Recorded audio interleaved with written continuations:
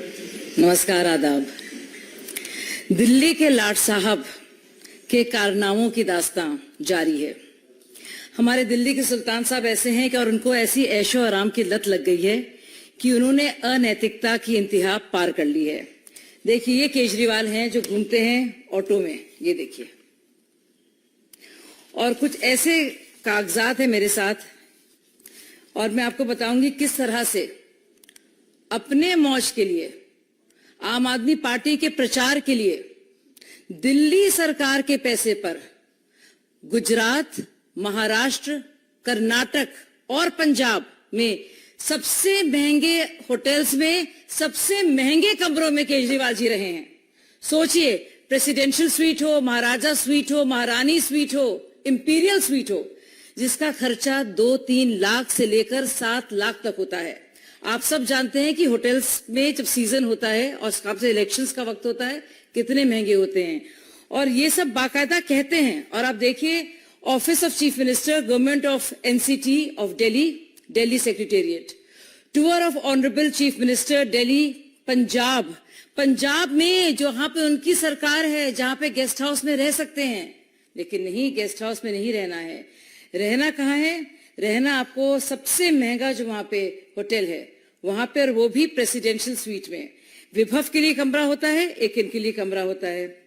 ये बुकिंग कैसे कौन करता है? दिल्ली टूरिज्म को प्रमोट करने वाली जो बॉडी है वो करती है। तो सोचिए, जब गोवा जाते हैं तो गोवा में भी उनको एग्जीक्यूटिव स्वीट चाहिए और वो भी बेस्ट होटल में, और बाकायदा लिखते हैं वो कि आपके यहाँ जो सबसे महंगा स्वीट हो।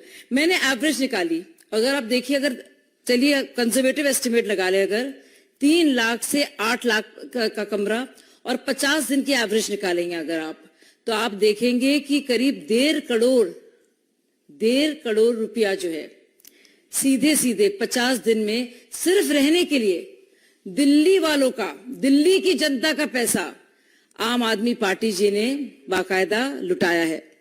और आप देखिए, कहानी झाड़ फानूस और पर्दों और इलेक्ट्रिक सेंसर और जकूजी से आगे बढ़ गई है। ये बरखुरदार जी और क्या क्या हरकतें कर रहे हैं और कारनामे, आप यकीन नहीं करेंगे कि हर जगह या तो चार्टर्ड उनका प्लेन होता है, उसके खर्चे का मुझे डिटेल्स मालूम नहीं, लेकिन इनको अपने और अपने साथियों के लिए फर्स्ट क्लास और बिजनेस क्लास टिकट चाहिए। ये कौन इसकी भरपाई कर रहा है? ये है वो आम आदमी पार्टी। वही ढीली ढाली शर्ट पहने हुए, शर्ट उनकी पैंट के बाहर, हवाई चप्पल पहने हुए, वो भी गणतंत्र दिवस के दिन, प्लास्टिक का पेन डाले हुए अपनी जेब में, ऑटो से चलने वाला, वैगन आर में से चलने वाला, अब बन गया है शीश महल के सुल्तान साहब। और आप ये सोचिए, मतलब हद होती है। मैं आंदोलन में थी और हम लोग चादर लेके जाते थे, चंदा मांगते थे, और कौन चंदा देता था? ऑटो वाले, सब्जी वाले, रेडी पट्टी वाले। शर्म आती है। और यही सोच रहा है दिल्ली का वोटर की सोचता था कि कितने मासूम हैं, क्या से क्या हो गए देखते देखते। ये सारे प्रमाण है, आप देखिएगा, चाहे वो कर्नाटक हो या महाराष्ट्र हो या गोवा हो या फिर गुजरात हो। करीब 20 दिन के मैं निकाल के लाई हूं, और आपको मैं बता दूं कि करीब 60 और इनके जो टूर्स रहे हैं वो हैं। और कितनी शर्म की बात है कि DTTDC पे बुकिंग भी कराते हैं एयर टिकट से, और presidential suite Taj Swarna. It is desired that a presidential suite for the stay of honourable chief minister Delhi in a hotel in Amritsar, preferably in hotel Taj Swarna Amritsar, for 1 room with meal for Shri Vibhav Kumar and for Honorable Chief Minister during his present visit to Punjab. यानी कि कितने guest house हैं। ये इंसान जो गरीब बनने की नौटंकी करता था, किस तरह से बार बार और कई बार फिर से ठग रहा है लोगों को और आंखों में धूल झोंक रहा है। धन्यवाद। एक कागजात में दे देती हूँ आप लोगों को।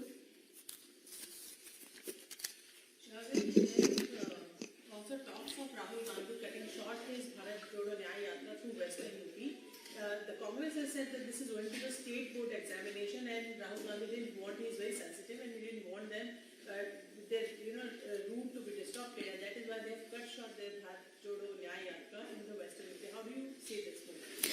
देखिए, न्याय यात्रा की अगर आप बात करें तो उसका क्या अंजाम और क्या परिणाम निकला, कितनी असरदार रही। सबसे ज्यादा अन्याय तो कांग्रेस पार्टी के साथ ही हुआ कि उनके सारे घटक एक एक करके उनको बाय बाय करके अलविदा कहकर चलते बने। तो शायद इसी वजह से और इतनी बड़ी मजबूरी के और इसी कारण से उनको अपनी यात्रा को बीच में ही रोकना पड़ा, स्थगित करना पड़ा। तो कितनी समझ है उनको राजनीति की, राज्यों की, आज के लोगों की पल्स की, नब्ज की। इससे साफ जाहिर होता है कि जहां जहां ले गए के गए वहां से उनके एक एक करके बिछड़े सभी बारी बारी। इससे कि अब कांग्रेस में भी कोई ना बचे, ये लेवल ना आ जाए कि उनके खुद के कोई लोग ना बचे। कम से कम उन्होंने यात्रा खत्म कर दी है। अगर ये जारी रहती तो